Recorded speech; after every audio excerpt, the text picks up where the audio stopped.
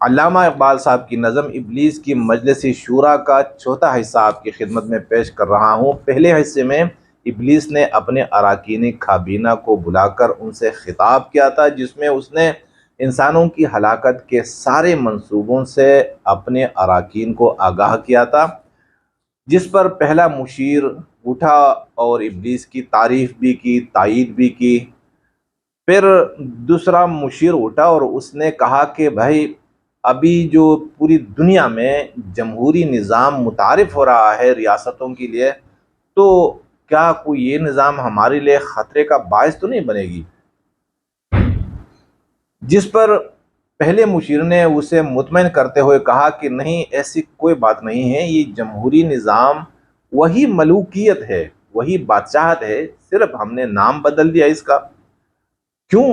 کیونکہ انسانوں میں یعنی محروم طبقہ میں بیداری کا احساس پیدا ہونے لگا تھا، اور وہ اپنے آپ کو پہچاننے لگے تھے، وہ ہوش میں آنے لگے تھے کہ بھائی ہم کہاں پہ ہیں اور ہمارے ساتھ کیا ہو رہا ہے۔ تو ہم نے ان کے اس احساس کو ٹھنڈا کرنے کے لیے ہم نے اسی ملوکیت کا نام بدل کر جمہوریت رکھ دیا۔ تو تیسرے مشیر نے اٹھ کر اس پر اطمینان کا اظہار کیا، لیکن اس کے ساتھ ساتھ اسے کون سا خدشہ لاحق ہے؟ تو کہہ رہا ہے کہ روح سلطانی رہے باقی تو پھر کیا اضطراب ہے، مگر کیا اس یہودی کی شرارت کا جواب۔ تیسرے مشیر نے اطمینان کا اظہار کرتے ہوئے کہا کہ ٹھیک ہے، جمہوریت تو الحمدللہ تو میں ہی کہہ رہا ہوں، لیکن جمہوریت تو خیر ہمارے لیے کوئی خطرہ نہیں رہی۔ اب اگر چیز وہی ہے، یہ جمہوریت وہی ملوکیت ہے، وہی سلطانی ہے، تو پھر ہمارے لیے گھبرانے کی کوئی ضرورت نہیں ہے۔ لیکن ایک بندہ یہودیوں میں پیدا ہو گیا ہے جس کا نام کارل مارکس ہے، جس نے محروم اور مزدور اور کسان طبقے کو ایک نظام دیا جسے اشتراکیت کہا جاتا ہے۔ تو اب اسی یہودی نے جو شرارت کی ہے، اس کا جواب کیا ہونا چاہیے؟ یعنی اس کی توڑ کیا ہوگی؟ اس نے تو ہمارے لیے مسائل پیدا کر دیے، کیونکہ اس نے محروم طبقے میں وہ شعور پیدا کر دیا کہ وہ ابھی اپنے حقوق مانگنے کے لیے تیار ہے۔ تو اسی لیے تیسرے مشیر نے کارل مارکس کے متعلق اپنا خدشہ ظاہر کیا، اور پھر اس کے متعلق مزید کہہ رہا ہے کہ وہ کلیمی بے تجلی، وہ مسیحی بے صلیب، نیست پیغمبر ولیکن در بغل دارت کتاب، کہ کلیم موسیٰ علیہ السلام کو کہا جاتا ہے، اور موسیٰ علیہ السلام پر اللہ کی تجلی اتری تھی۔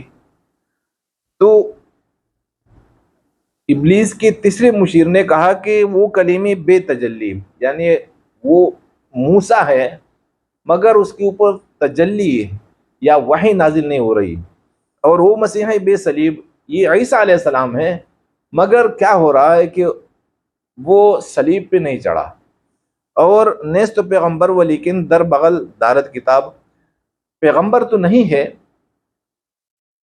لیکن اس کے بغل میں کتاب ہے، اور انہوں نے ایک کتاب لکھی تھی سرمایہ پر، بہت بڑی پیاری کتاب ہے، آپ کو بھی اگر موقع مل جائے تو پڑھ لیجئے گا۔ تو کہا کہ اگرچہ کتاب اس کے اوپر آسمان سے کوئی نازل تو نہیں ہوئی وحی کی صورت میں، لیکن کیا ہے، اپنی طرف سے ایک کتاب لکھی محروم طبقے کے لیے۔ اور پیغمبر میں اور ایسے لوگوں میں فرق کیا ہوتا ہے؟ تو پیغمبر پر اللہ کی طرف سے محروم طبقے کے لیے، محروم طبقے کی رہنمائی کے لیے اللہ تعالیٰ اوپر سے یعنی آسمانوں سے کتاب نازل فرماتے ہیں، اور ایسے جو غیر نبی ہوا کرتے ہیں، جو محروم طبقہ یا انسانیت کے خیر خواہ ہوتے ہیں، تو اللہ سبحانہ و تعالیٰ انہیں الہام کے طور پر وہ چیزیں الہام کرتے ہیں جسے وہ لکھ کر کتاب کا مصنف بن سکتا ہے۔ کیا بتاؤں کیا ہے کافر کی نگاہ پردسوز، مشرق و مغرب کی قوموں کے لیے روز حساب۔ مزید اس سے ڈرتے ہوئے کہتا ہے کہ بس میں کیا بتاؤں اس کے متعلق، اس کی نگاہ تو اس طرح پردہ سوز ہے، یعنی جو پردے محروم اور جو دوسرا طبقہ ہے، مالا مال طبقہ ہے، ان کے درمیان جو پردہ ہے، اس کی نگاہ جو ہے کارل مارکس کی، وہ تو پردہ سوز ہے، ان پردوں کو جلانے والی نگاہ ہے یہ ان کی۔ اور مشرق اور مغرب یعنی پوری دنیا کی قوموں نے کیا کیا، پوری دنیا میں ایسا شعور پیدا ہونے لگا کہ مشرق و مغرب کی قوموں کے لیے روز حساب۔ اب ایسے لگ رہا ہے کہ یہ پورے مغرب اور مشرق کے لیے روز حساب ہے، قیامت کا دن ہے۔ قیامت کے دن میں کیا ہوتا ہے کہ جب دنیا میں انسان ایک دوسرے پر ظلم کرتے رہتے ہیں، اور چونکہ دنیا ایسی جگہ ہے کہ یہاں پر ظالم کو کوئی سزا نہیں دے سکتا، تو جب سارے انسان مریں گے اور قیامت کا دن آئے گا تو وہاں پر اللہ سبحانہ و تعالی سب کو اکٹھا فرمائیں گے، اور پھر مظلوم سے کہا جائے گا کہ بتاؤ کس نے ظلم کیا، پھر ظالم سے پوچھا جائے گا کہ کیوں ظلم کیا، تو اس کے بدلے میں پھر ظالم کو سزا دی جائے گی اور مظلوم کی تسلی۔ تو وہی یعنی وہ تو ایک تصور ہے قیامت کے دن کے لیے، لیکن یہ کارل مارکس نے تو اس دنیا میں وہی دن برپا کر دیا۔ اس سے بڑھ کر اور کیا ہوگا طبیعت کا فساد، توڑ دی بندوں نے آقاؤں کی خیموں کی تناب۔ پھر تیسرے مشیر نے کہا کہ بھائی اس سے بڑھ کر طبیعت کے لیے فساد اور کون سی چیز بن سکتی ہے؟ کس کی طبیعت کے لیے؟ ابلیسوں کی طبیعت، شیطانوں کی طبیعت کے لیے، کہ کیا ہوا کہ توڑ دی بندوں نے آقاؤں کی خیموں کی تناب، خیموں کو جن رسیوں سے باندھا جاتا ہے۔ تو کارل مارکس نے پورے محروم طبقے میں ایسا شعور بیدار کر دیا کہ وہ اٹھے اور انہوں نے سرمایہ داروں کے جو خیمے لگے تھے، جو امیر طبقہ تھا، مالا مال طبقہ تھا، ان کے خیموں کی رسیاں جو ہیں وہ توڑ دی، جلا دی۔ تو یہی چیز اگر جاری رہی، یہی نظام اگر جاری رہا تو پھر یہ تو ہمارے لیے خطرے کی بات ہے۔